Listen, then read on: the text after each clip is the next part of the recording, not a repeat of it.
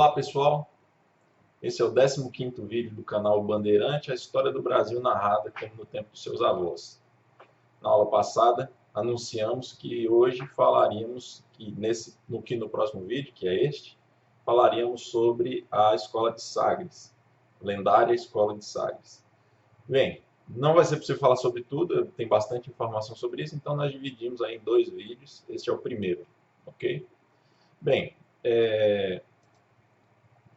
as grandes navegações portuguesas, como eu já disse para vocês, provavelmente têm como seu maior ícone e maior símbolo o infante Dom Henrique, filho de Dom João I, já falamos isso. E o infante Dom Henrique ficou conhecido como fundador da Escola de Sagres.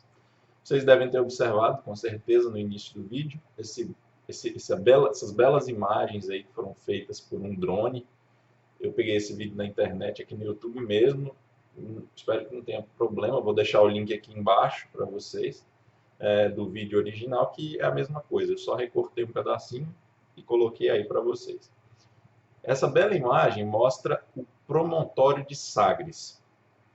Promontório significa o seguinte: é um cabo, como qualquer outro cabo, só que ele é formado por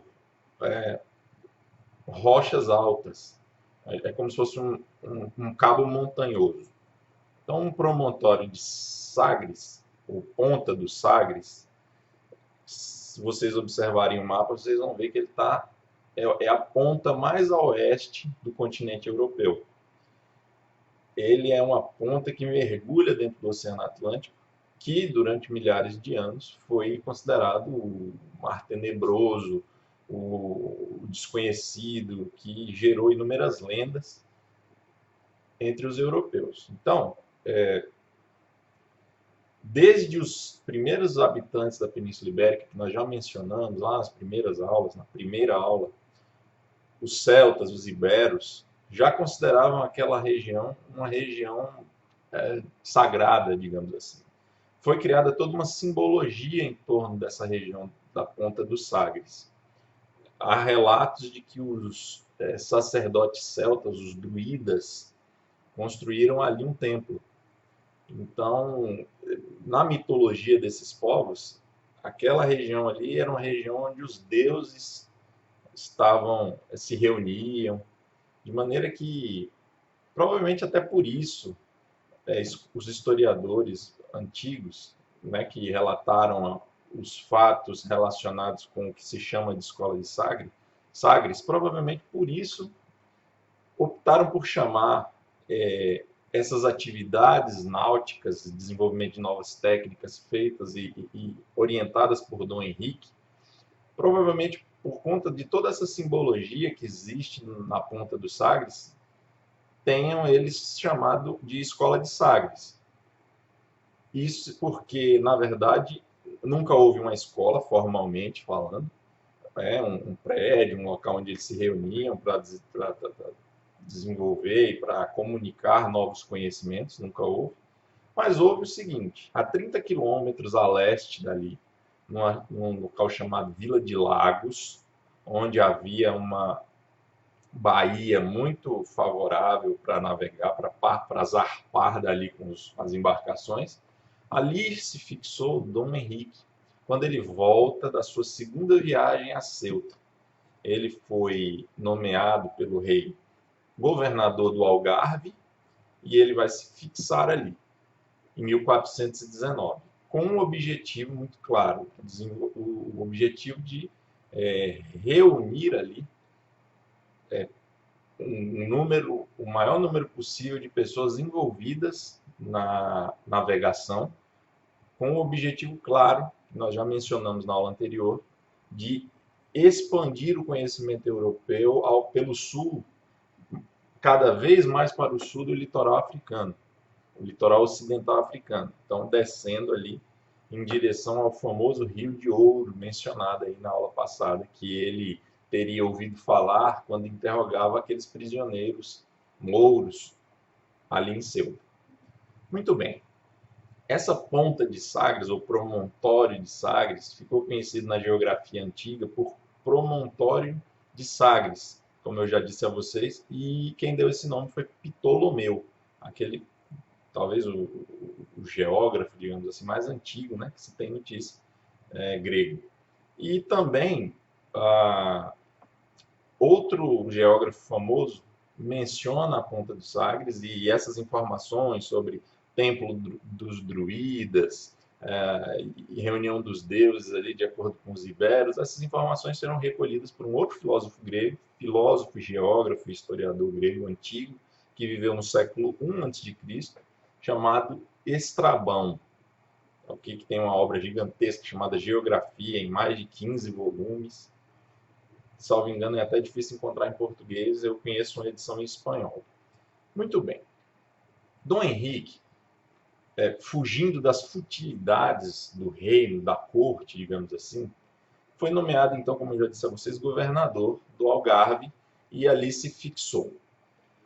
Acontece que, além de ser nomeado governador, ele também foi nomeado administrador da Ordem dos Cavaleiros de Cristo.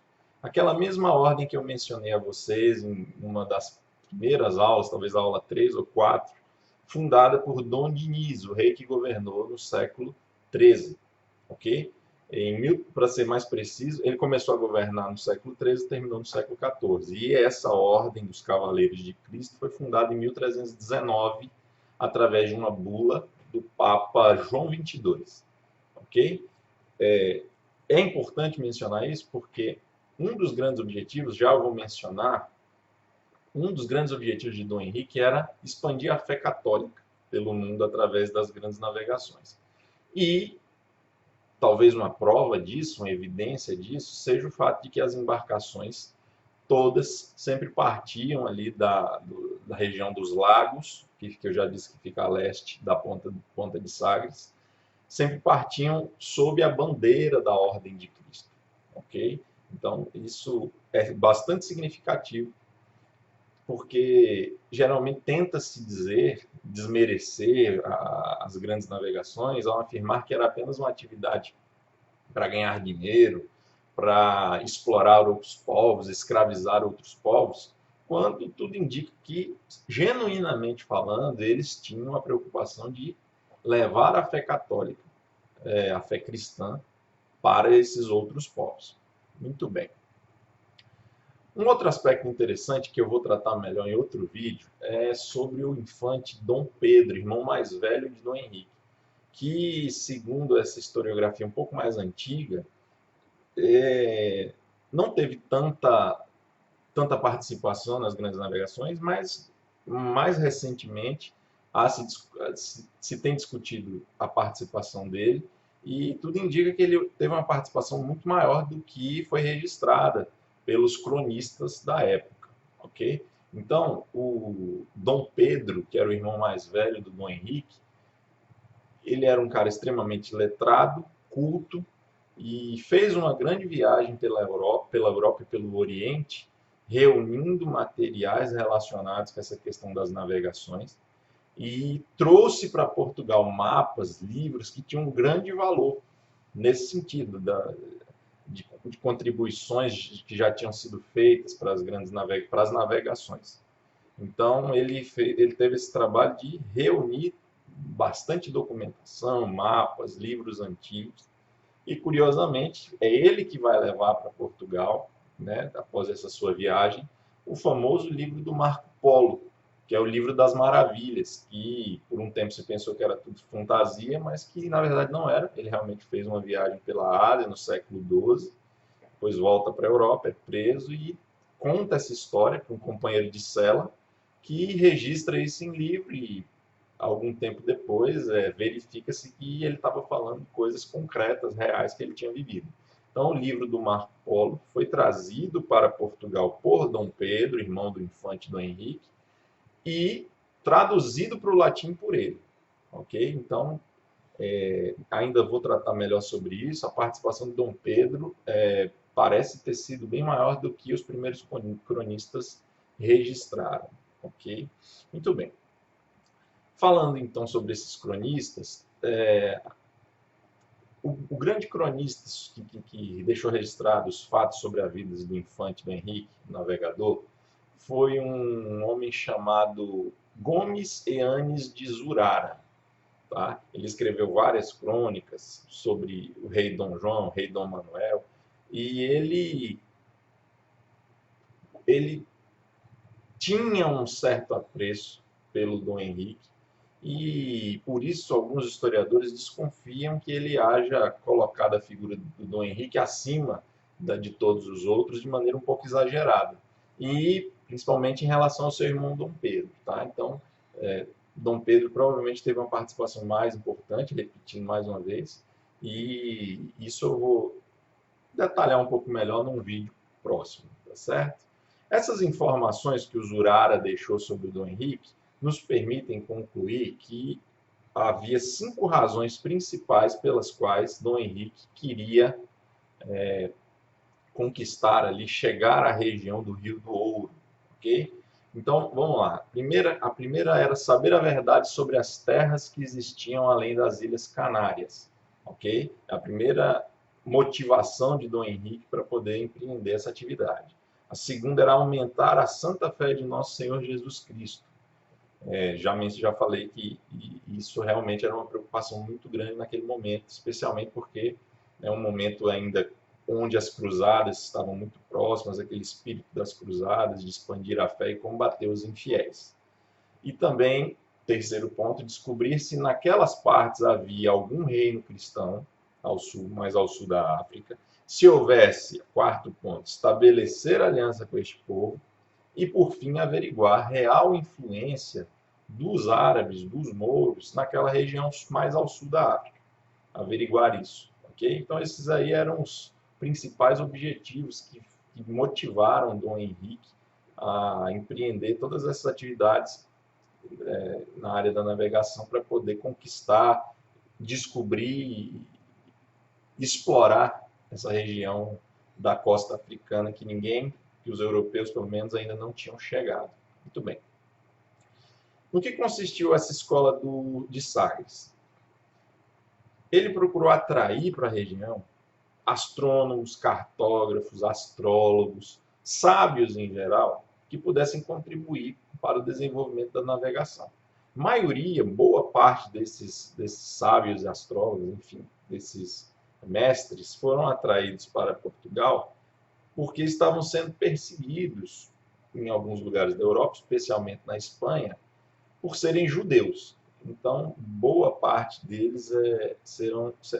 será constituída de judeus que vão para Portugal, vendo ali uma oportunidade de vida melhor, sem perseguição e podendo contribuir com as grandes navegações que Dom Henrique estava organizando. Dom Henrique ele soube muito bem atrair essas pessoas. Tá? Na próxima aula, na segunda parte, que eu vou falar um pouco mais sobre a Escola de Sagres, eu quero trazer uma lista para vocês, do máximo possível, de nomes dessas pessoas que vieram para a região de Sagres. Okay? Mas hoje eu vou mencionar apenas um. Lembram então que eu dizia na aula passada que Dom Henrique tinha ouvido falar do Rio de Ouro, que passava ao sul das Canárias e desaguava no Oceano Atlântico. E ele ficou extremamente interessado em visitar, conhecer e tomar posse, digamos assim, daquelas riquezas que ali estavam. Em 1420, quase 2 anos depois dele ter voltado dessa sua segunda viagem, que eu estou falando agora para vocês, aconteceu uma coisa muito importante, muito interessante.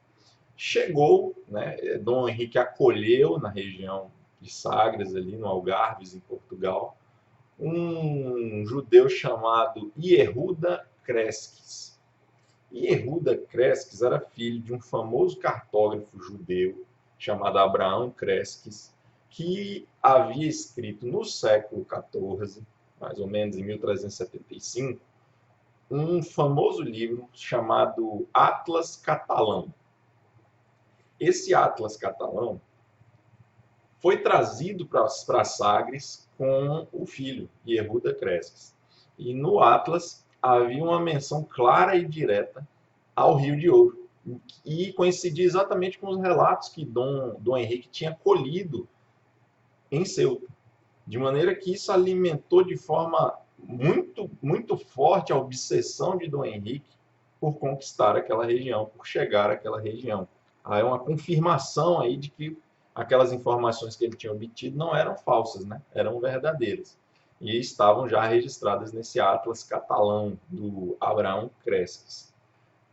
Muito bem, pessoal.